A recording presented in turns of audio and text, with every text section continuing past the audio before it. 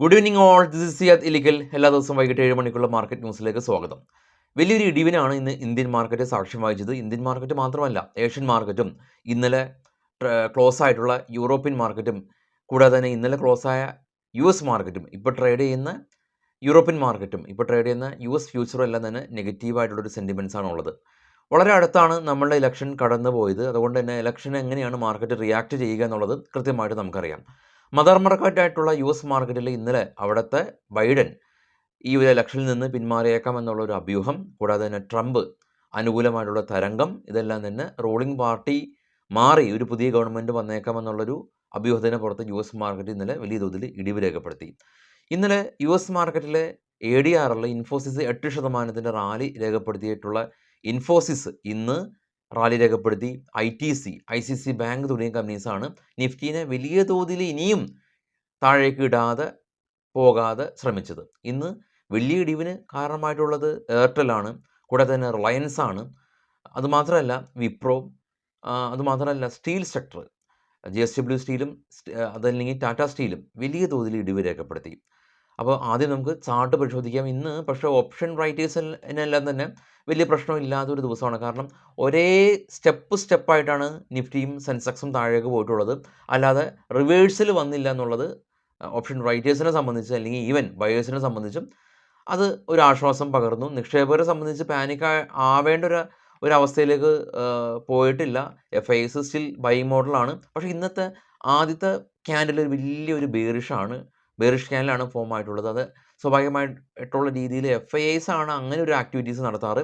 FIXൻ്റെ activities still വന്നിട്ടില്ല. അതിനുശേഷം നമുക്ക് ഇന്ത്യൻ മാർക്കറ്റ് ഒരു അലാമിംഗ് ആയിട്ടുള്ള ഒരു അവസ്ഥയിലേക്ക് പോവുകയാണോ എന്നുള്ള രീതിയിലേക്കുള്ള ചിന്തയിലേക്ക് പോയാൽ മതി. സ്റ്റിൽ ഇപ്പോൾ ഗ്ലോബൽ മാർക്കറ്റിൽ ഇടിഞ്ഞു, ഇന്ത്യൻ മാർക്കറ്റ് റിയാക്ട് ചെയ്തു എന്നുള്ള രീതിയിൽ നമുക്ക് ഈ ഒരു അവസരത്തിൽ കണ്ടാൽ മതി. നിഫ്റ്റിയുടെ ചാർട്ട് നമുക്ക് നോക്കാം. നിഫ്റ്റിയുടെ ചാർട്ടിൽ ആദ്യത്തെ ക്യാൻഡിൽ കാണാം. നേരത്തെ നമ്മൾ പറഞ്ഞ പോലെ തന്നെ 5 മിനിറ്റിൻ്റെ ക്യാൻഡിലാണ് ഒരു വലിയൊരു ക്യാൻഡിൽ ഫോം ആയിട്ടുണ്ട്. വലിയൊരു സീവിയർ സെല്ലിങ് കണ്ടു. 24,854 നിന്ന് ആദ്യത്തെ ക്യാൻഡിലിൻ്റെ ആ ഒരു ഹൈ ബ്രേക്ക് ചെയ്ത് പോകാനായിട്ട് മാർക്കറ്റിന് പറ്റിയില്ല. സ്റ്റെപ്പായിട്ട് മാർക്കറ്റ് താഴേക്ക് ഇടിഞ്ഞു. 24,525, 328 പോയിന്റ് ഇടിഞ്ഞപ്പോൾ നിഫ്റ്റി 269 പോയിന്റ് ഇന്നലത്തെ ക്ലോസിംഗിൽ നിന്ന് ഇടിഞ്ഞു. Sensex 738 point, bank Nifty 355 point ഇടിഞ്ഞപ്പോൾ നിഫ്റ്റിയിൽ ഇന്ന് Infosys, ITC, Asian paint, Britannia, L&T Mindtree അവരാണ് മികച്ച പ്രകടനം കാഴ്ചവെച്ചിട്ടുള്ളത്. മികച്ച പ്രകടനം എന്ന് പറയുമ്പോൾ ITCയും ഇൻഫോസിസും ഏഷ്യൻ പെയിൻറ്റുമാണ് മാർക്കറ്റിൽ ഒരു ഗെയിൻ ഉണ്ടാക്കിയിട്ടുള്ളൂ. മറ്റെല്ലാം തന്നെ ഫ്ലാറ്റ് ആയിരുന്നു. ടാറ്റ സ്റ്റീൽ കാണാം 5% ഇടിഞ്ഞു. BPCL 4%, JSW steel 4%, Hindalco, ONGC തുടങ്ങിയ സ്റ്റോക്കുകളിൽ തന്നെ ഇടിവ് രേഖപ്പെടുത്തി. ഇനി നമുക്ക് മാർക്കറ്റിൽ ഉള്ള കാര്യത്തിലേക്ക് തിരികെ വരുമ്പോൾ പ്രധാനമായിട്ടും പേടിഎം ഇന്ന് ഗെയിൻ ചെയ്തിട്ടുണ്ട്. അവർ ലോസ് വർദ്ധിപ്പിച്ചു, എന്നാൽ മികച്ച രീതിയിലുള്ള മാനേജ്മെൻറ്റ് ഭാഗത്തു നിന്നുള്ള ഒരു കമൻട്രി വന്നു. കൂടാതെ തന്നെ വിപ്രോ ഇന്ന് റിസൾട്ട് വന്നിട്ടുണ്ട്. അതിന് മുമ്പേ തന്നെ 2% ഇടിവ് രേഖപ്പെടുത്തി. VST ഇൻഡസ്ട്രീസ് അവർ 12% ഗെയിൻ ഉണ്ടാക്കിയിട്ടുണ്ട്. അവർ ബോണസ് ഷെയർ ഇഷ്യൂ ചെയ്യുന്നൊരു തീരുമാനം വന്നിട്ടുണ്ട്. കൂടാതെ തന്നെ സ്പെസിഫിക് ആയിട്ടുള്ള ന്യൂസുകൾ നമുക്ക് പോകാം. മുമ്പ് ഗ്ലോബൽ മാർക്കറ്റ് ഒന്ന് നോക്കാം. ഏറ്റവും ടോപ്പിൽ Bitcoin 64,000, Brent oil 84, gold $34 per ഔൺസിന് ഇടിഞ്ഞ് $2,410. ഓസ്ട്രേലിയ റെഡിലാണ്, ചൈന ഫ്ലാറ്റ് ആയിരുന്നു. കൊറിയ കാണാം 29 point, Nikkei 29 point, Dow future 76 point minus, India VIX 2% spike ചെയ്ത് 14, ഡാക്സ് ജർമ്മൻ മാർക്കറ്റ് 118 പോയിന്റ് ഇടിഞ്ഞു, CAC 40 ഫ്രാൻസ് മാർക്കറ്റ് 38 പോയിന്റ് ഇടിഞ്ഞു. ഏറ്റവും താഴെ കാണാം UK മാർക്കറ്റ് 43 പോയിന്റ് ഇടിഞ്ഞ ഒരു അവസ്ഥയിലാണ്. നമ്മൾ നേരത്തെ കണ്ട പോലെ തന്നെ എൻ്റെ ഗ്ലോബൽ മാർക്കറ്റ് ഇടിഞ്ഞു, ഇന്ത്യൻ മാർക്കറ്റും റിയാക്ട് ചെയ്തു. Indian market all time high ആണ്. സ്വാഭാവികമായ രീതിയിൽ വെള്ളിയാഴ്ച ദിവസമാണ് ഗ്ലോബൽ മാർക്കറ്റ് ഇടിഞ്ഞ അവസരത്തിൽ ഒരു 300 പോയിന്റ് ഇടിഞ്ഞു, അല്ലാതെ 500 പോയിന്റ് ഒന്നും ഇടിഞ്ഞിട്ടില്ല. നിഫ്റ്റി സ്റ്റിൽ നിൽക്കുന്നത് ഒരു ഓൾ ടൈം ഹൈ ആയ നിലയിൽ തന്നെയാണ്. അപ്പോൾ ഇതിനിടയിൽ നമ്മളുടെ പോർട്ട്ഫോളിയോ റെഡിലായേക്കാം. അത് നമ്മൾ ഹോൾഡ് ചെയ്യുന്ന സ്റ്റോക്കുകളുടെ ഒരു പ്രത്യേകത അനുസരിച്ചാണ്. അപ്പോൾ പോർട്ട്ഫോളിയോ എപ്പോഴും തന്നെ ഡൈവേഴ്സിഫൈ ചെയ്യാനായിട്ട് ശ്രമിക്കുക. നിഫ്റ്റി ബീസ് എന്ന് പറയുന്നത് നിഫ്റ്റി മുകളിലേക്ക് പോകുന്ന അവസരത്തിൽ ഗെയിൻ ഉണ്ടാക്കുന്ന ഒരു ഇൻഡെക്സാണ് നിഫ്റ്റി ബീസ്. അപ്പോൾ അതൊരു ഇൻഡെക്സ് ഫണ്ടാണ്. കൂടാതെ തന്നെ ഒരു രാവിലെ ഒരാൾ ഒരു സംശയം ചോദിച്ചു. ചില സ്റ്റോക്കുകൾ വിൽക്കുന്ന സമയത്ത് അതൊരു വാർണിംഗ് മെസ്സേജ് കാണുന്നുണ്ട്. ASM, GSM എന്ന് കാണിക്കുന്നുണ്ട്. എന്താണ്?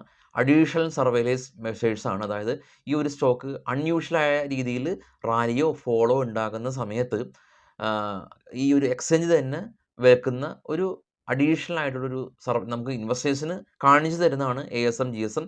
നമുക്ക് ഇൻട്രാഡേ ചെയ്യാൻ മേ ബി പറ്റിയേക്കില്ല. ഇൻവെസ്റ്റ് ചെയ്യുന്ന സമയത്ത് കുറച്ചും കൂടി ജാഗരൂകത പാലിക്കുക എന്ന് മാത്രമാണ് അതിനർത്ഥമുള്ളൂ. സ്റ്റോക്കുകളുടെ ഇൻഡിവിജ്വൽ ആയിട്ടുള്ള വാർത്തകളിലേക്ക് നമുക്ക് പോകാം. ആദ്യം വിപ്രോ റിസൾട്ട് വന്നു. നെറ്റ് പ്രോഫിറ്റ് 5.2% ഉയർന്ന് 3037 കോടി രൂപ, $1.2 ബില്യൺ ഒരു ലാർജ് ഡീല് കിട്ടി. പേടിഎം നെറ്റ് ലോസ് അവർ വൈഡൻ ചെയ്തിട്ടുണ്ട്. 840 കോടി രൂപ ലോസ് വർദ്ധിച്ചു. കഴിഞ്ഞ തവണ 358 കോടി രൂപ ലോസ് ഉണ്ടാക്കിയ കമ്പനി ലോസാണ് വർദ്ധിപ്പിച്ചിട്ടുള്ളത്. പക്ഷേ മാനേജ്മെൻറ്റ് കമൻട്രി ബെറ്റർ ആയിരുന്നു. JSW steel company net profit അവർ 869 കോടി രൂപ അവരുണ്ടാക്കി. കഴിഞ്ഞ തവണ 2428 കോടി രൂപ പ്രോഫിറ്റ് ഉണ്ടാക്കിയ കമ്പനിയാണ്. ചൈനീസ് കൺട്രിയിൽ നിന്ന് മികച്ച അല്ലെങ്കിൽ വലിയ തോതിലുള്ള സ്റ്റീലിൻ്റെ കോമ്പറ്റീഷൻ വന്നതാണ് JSW സ്റ്റീൽ ഇടിയാൻ കാരണം. നസാറ ടെക് കമ്പനി ഇവർ ബോട്ട് ആപ്ലിക്കേഷനായിട്ട് 300 കോടി രൂപയുടെ ഒരു ഡീല് സൈൻ ചെയ്തു. South Indian bank net profit 45% ഉയർന്ന് 294 കോടി രൂപ കരസ്ഥമാക്കി.